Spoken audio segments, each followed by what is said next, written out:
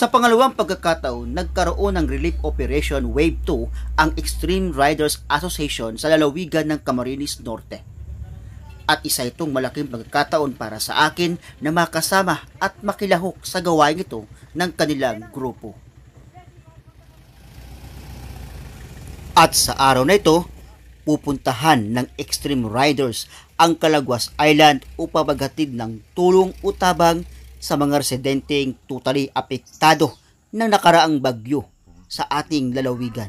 Mula sa Dahit Camarines Norte, tumulak ang grupo papunta dito sa Binsons, Camarines Norte, kung saan naghahantay yung ating sasakyan papunta sa Calaguas Island. Sa tulong ng iba't ibang organisasyon dito sa ating lalawigan, makakarating ang relief operation sa isla ng Calaguas. Habang gabala ang mga Extreme Riders members sa paggaba ng mga relief goods mula sa sasakyan, pinagmasdan ko ang kanilang mga muka at kitang-kita ko kung gaano sila lubos na nagagalak at natutuwa sa gantong klaseng gawain na makatulong sa mga mahihirap nating mga kababayan dito sa ating lalawigan. Subalit ako'y nalulungkot kapag may mga gantong klase mga projects ang mga NGOs. Mas nakakalito para sa kanila kung kanino nga ba sila dapat unang lumapit upang maging maayos ang lahat ng kanilang gagawin at makatulong sa ating mga naghihikahos na mga kababayan. Kadalasan, ayon sa aking pagtatanong, mas higit na parang napupolitika ang kanilang mga gawaing pamimigay ng mga relief goods sa ating mga naghihikahos na kababayan dahil mas minsan, mas pinapalaghan pa nila na ang lahat ng mga tulong ay kinakailangan ibigay sa mga LGU upang sila raw ang magbigay nito sa mga taong gusto nating pagbigyan. Subalit tanong ng ilan, angkop nga ba o normal na matatawag na lahat ng mga relief goods na nanggaling sa mga NGO ay ibibigay sa mga LGU upang sila ang magbigay ng mga ito at hindi ang mga asosasyon o grupong nangulikta sa private sectors upang sila ay makatulong sa ating mga kababayan. On the first wave of the relief initiative of Among Us, ang first beneficiary po ay mostly in Catanduanes and other parts of Bicol region like Legazpi and Camarines Sur po. And for this second wave nga po, part na ng one of the beneficiaries na of Among Us relief initiatives ay ang Camarines Norte. That is why we have partnered with them para madala po dito sa Camarines Norte yung any amount or any donation, any help that they could extend to our province. So ang layunin naman po nito is yung, of course, matulungan po yung mga nasalanta ng bagyo because some and even most of them are going back to zero. At dahil isang isla ang pupuntahan namin sa araw na ito, sumangguni rin ang grupo ng Extreme Riders sa Maritime upang humingi ng tulong na mas ligtas ang kanilang relief operation papunta sa Calaguas Island. At mayroong panawagan ang isa sa mga NGO na napasama sa aming grupo sa biyaheng ito. Our call is for other private organizations din naman po is to make initiatives, same initiatives like this. Kasi kung government lang naman talaga, though the government has to be accountable, has the responsibility with this such, kailangan talaga din ng initiatives coming from the private sectors and yun na, with all the help of both private and public, hope that we could make it all. So yun lang. 2 oras pa ang aming hinintay upang malaman ang pinala desisyon kung tutulak kami patungo sa Calaguas Island. At sa huli, nanaig ang desisyon na mas higit na kailangan ang relief operation nito at makatawid papunta sa isla ng Calaguas.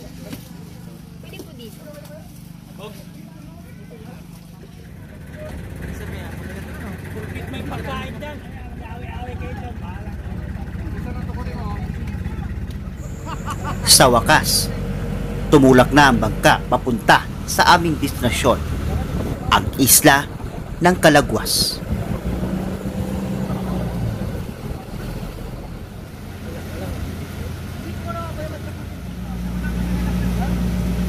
Sa bangkang aming sinasakyan, batid ko ang hirap kung paano nila ginagawa ang ganitong klase mga charity programs para lang makatulong at makapaghatid ng kaligayahan sa mata ng ating mga mahihirap na kababayan dito sa ating lalawigan. Ang katuwaan at galak na nakikita ko sa kanilang mga mukha ay isang salamin lamang na kahit paano mayroon tayong pwedeng paghawakan na may mga taong handang tumulong sa atin sa oras ng pangangailangan.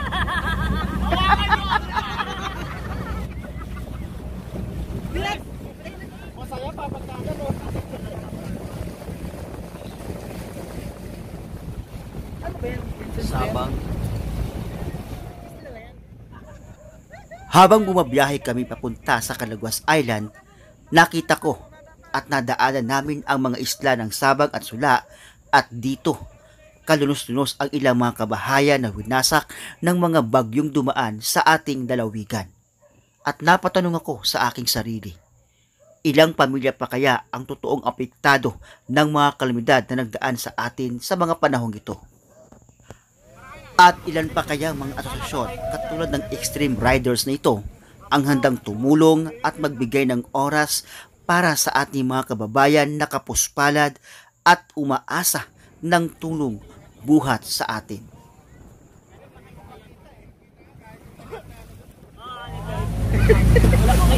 Sabi daw ni tatay, medyo mahina pa raw itong alon na to. Mahina pa ba tay? Malakas. Maganda itong tapo na ito. So, sanay na kayo sa biyahe, no? Ayan. So, nasa bukana tayo ngayon ng Sabang Island at ang Sula dito sa Pinsons. Bound to Calaguas Island tayo ngayon, guys. At medyo malakas yung mga alon pero mukhang sanay nilang mga mangingisda dito sa atin. May lamesa na oh. Betong, may lamesa na. May pulutan mo kay Mark.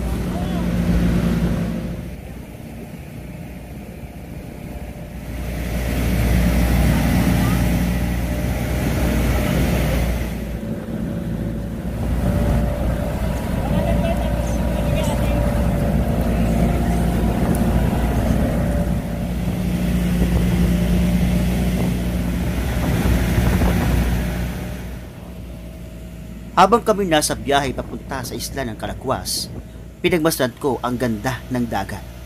At tunay nga nabibighani ako sa halos mga gandang ulap na nakikita ko habang kami ay nasa biyahe patungo sa isla.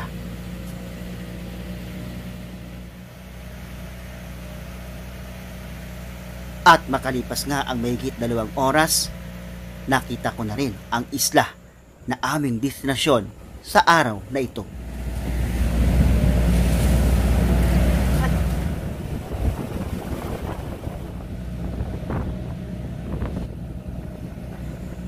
Ilang ulit ko nang narinig ang salitang Calaguas Island at ilang ulit ko na rin itong nakita sa iba't ibang magazines at tabloid kung gaano kaganda. Pero mas namamangha ako kung malapitan ko pala itong makikita ng aking 2 mata.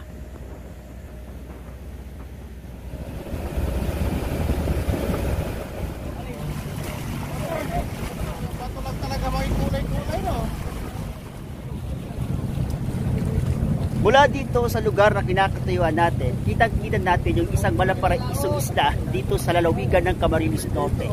At talaga naman, kapag talagang malapitan nating makikita itong Calaguas Island, masasabi natin parang ayaw nating ituloy sa ating sariling bayan.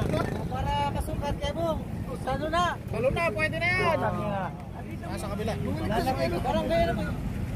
Pinaglambutan. Itong bababaan natin ngayon is ang Barangay Pinagtigasan dito sa Calaguas. O, ganda! Man! Angkla! At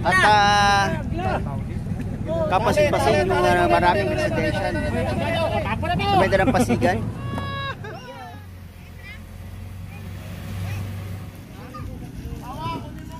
Sa aking paggaba mula sa bangka papunta sa isla ng Calaguas Island, hindi ko na pinalampas ang pagkakataon nito upang alamin ang ilang mga problema ng ating mga kababayan sa islang ito. At dito, Mas higit kong nalaman kung ano ang kanilang pangunahing pangangailangan matapos dumaan ang sunod-sunod na kalamidad na dumapo sa ating lalawigan.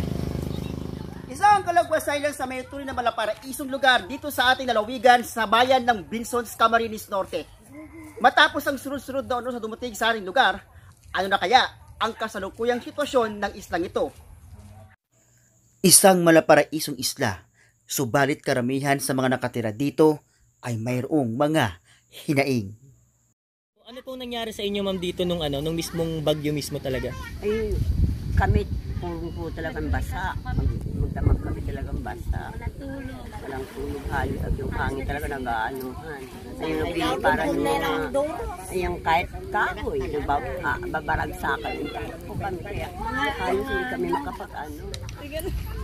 Gaano po kalakas? Ay, sa sobrang lakas po namin, hindi na kami masyado makapag-ano at kasi natatakot na rin po kami lumabas. Ay, bumagsak ko. Yung isa ko bahay naman na bumagsak. Yung kabila naman bumagsak din. Yung kusina. So sarang-sira po talaga. Kamusta naman po yung buhay nyo ngayon? Ay, okay naman. Nakakain pa naman baga. Kahit ano na lang, nag-aasa na nga nila halos sa relief. Kumbaga, nagpapasalamat Kung sa mga sa tulong inyo, po, anong kailangan yung tulong na talaga dito? ito talaga yung pagkabuhayan. Ang pinaka-focus namin at saka yung pagkaayos ng baga ng bahay at mga nagkasira naman. Karamihan talaga sira dito ang bahay.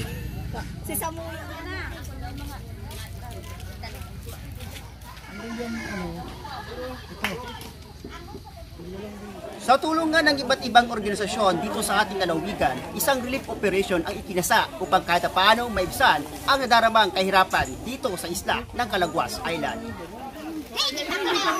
Kitang-kita ko sa mukha ng mga residente dito sa barangay Pinagtigasan sa Calagwas Island ang kagalakan sa kanilang mga mukha.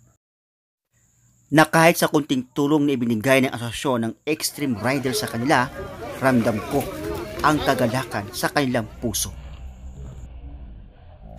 Kaya naman, aking natanong sa presidente ng asosasyon kung bakit nila ginagawa ito at ano ang kanilang totoong layunin. Di ba riders kami? Gusto namin kahit pa paano yung may kasamang rides. Para may iba naman kaysa pumunta kami ng Legazpi kasi yung Legazpi masyado din na damage nung Ulysses. Mas inuna muna namin yung sariling bayan. Kaya napili namin itong Calagwas. Norte muna kami bago ibang Kahit paano, ito naman naka second wave na. Maraming salamat po sa sa mga sumuporta, sa mga sponsor.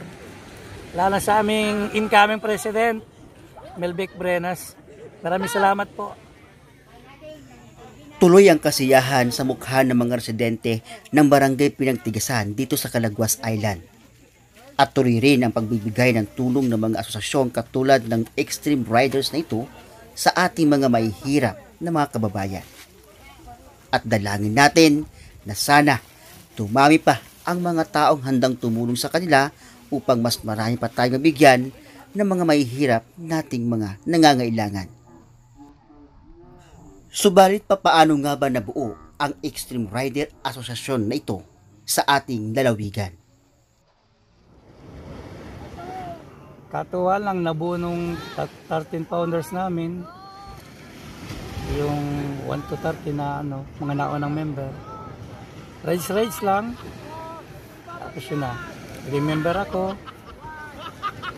Abukasya namin enjoyment lang sa rides. Makatulong din kahit sa kunting paraan. At sa araw na ito, ano man ang naihatid na tulong ng Extreme Rider Association sa Calagwas Island, ipinagpapasalamat ito ng mga residente ng isla at sana dalangin nila marami pa ang katulad ng mga Extreme Rider Association na ito ang handang tumulong sa mga katulad nilang nangangailangan sa isla ng Calagwas Island.